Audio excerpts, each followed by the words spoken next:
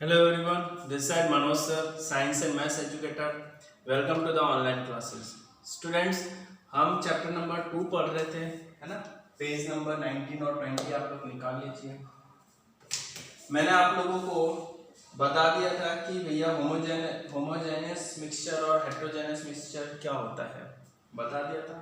अगला टॉपिक है हमारा सॉल्यूशन। सॉल्यूशन क्या होता है उसके ऊपर हम बात करते हैं। सॉल्यूशन क्या होता है?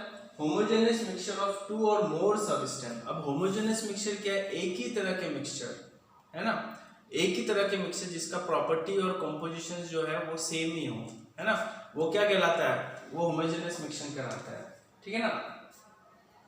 तो homogeneous mixture of two or more substance is called as solution. Solution का होमोजेनियस मिक्सचर, जैसे कि वाटर और शुगर को जब मैंने ऐड किया तो उसमें कोई अनचेंज नहीं हुआ, बट हुआ क्या कि जो शुगर पार्टिकल्स है वो इस तरीके से डिस्ट्रीब्यूट हो गए कि वाटर मॉलिक्यूल्स में जाके, वाटर मॉलिक्यूल्स के बीच में जो स्पेस था वहां जाके क्या हो गए, रखे।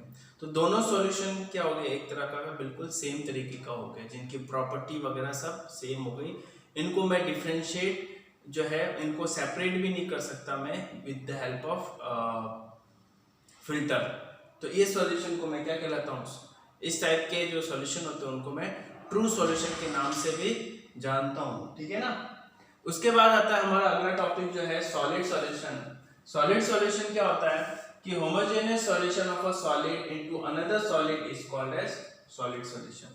मतलब सॉलिड सॉल्यूशन जो है उसको दूसरे सॉलिड सॉल्यूशन के साथ मिक्स कर दिया, और वो भी होमोजेनियस सॉल्यूशन होना चाहिए, सॉलिड सॉल्यूशन होना चाहिए, तो उसको मैं क्या कहलाऊंगा? Solid solution कहलाऊंगा। इसका एक एग्जांपल देखते हैं कि जो गोल्ड होता है उसकी एक प्रॉपर्टी होती है कि गोल्ड, प्योर गोल्ड के साथ कभी अटैच नहीं हो सकता, फिक्स नहीं हो सकता, है ना। तो ऑर्नामेंट, जो ज्वेलर्स होते हैं वो ऑर्नामेंट्स वगैरह जब बनाते तो गोल्ड की डिजाइन करते हैं, है ना। उन गोल्ड की डिजाइन को आपस में जोड़ना होता है, तो वो जो गोल्ड सॉलिड है उसके अंदर क्या डाल देते हैं वो लोग? अलॉय डाल देते हैं। अलॉय क्या होता है? अलॉय होता है mixture of two or more than metal.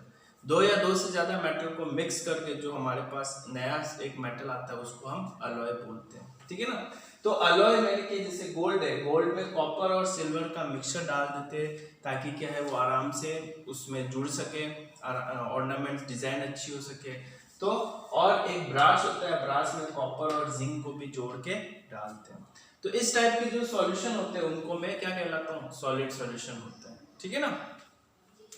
उसके बाद आता है सॉल्यूट एंड सॉल्वेंट। बहुत अच्छा टॉपिक है ये सॉल्यूट एंड सॉल्वेंट, समझना आपको। सॉल्यूट और सॉल्वेंट में क्या होता है कि एक एग्जांपल लेता हूं मैं आपका।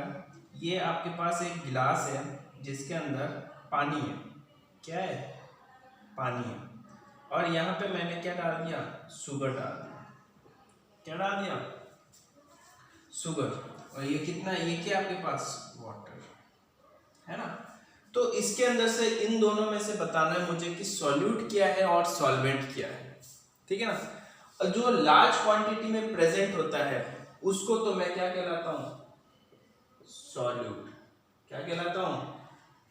सॉल्यूट। जो लार्ज क्वांटिटी में प्रेजेंट है उसको मैं क्या कहलाता हूं? सॉल्वेंट। Sorry, solvent. और जो चीज हम उसके अंदर ऐड कर रहे हैं वो क्या कहलाता है? सॉल्यूट। समझ में आया? जो लार्ज क्वांटिटी में, वाटर की क्वांटिटी ज्यादा है एज कंपेयर टू शुगर की, तो वाटर की जो क्वांटिटी है उसको तो मैं कहूंगा सॉल्वेंट, और जो इसके अंदर मैं ऐड कर रहा हूं उसको मैं कहूंगा सॉल्यूट, ठीक है ना।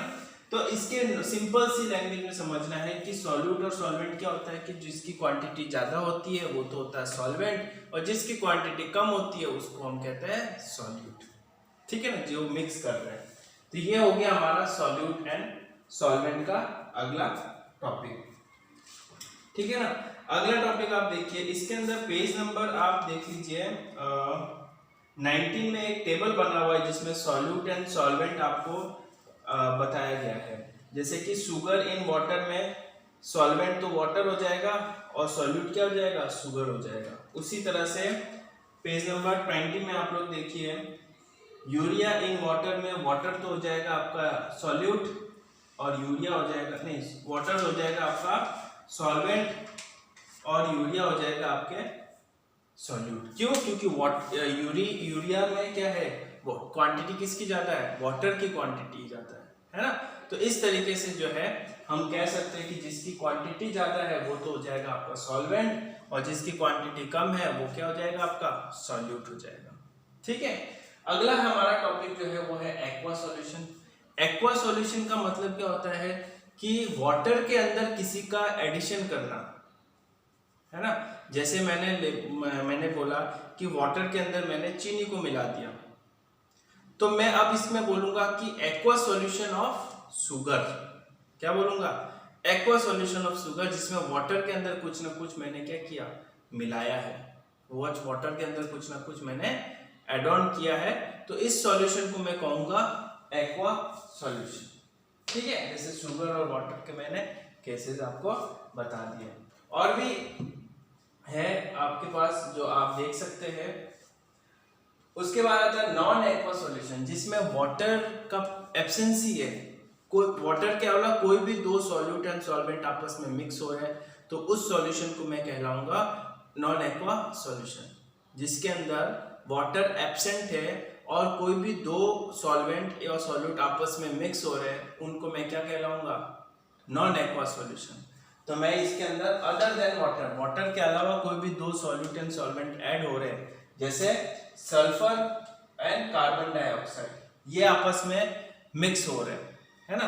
तो इसके अंदर वाटर की एब्सेंट है, वाटर के एब्सेंट होने की वजह से ये क्या हो जाएगा, नॉन एक्वा सॉल्यूशन कहलाएगा।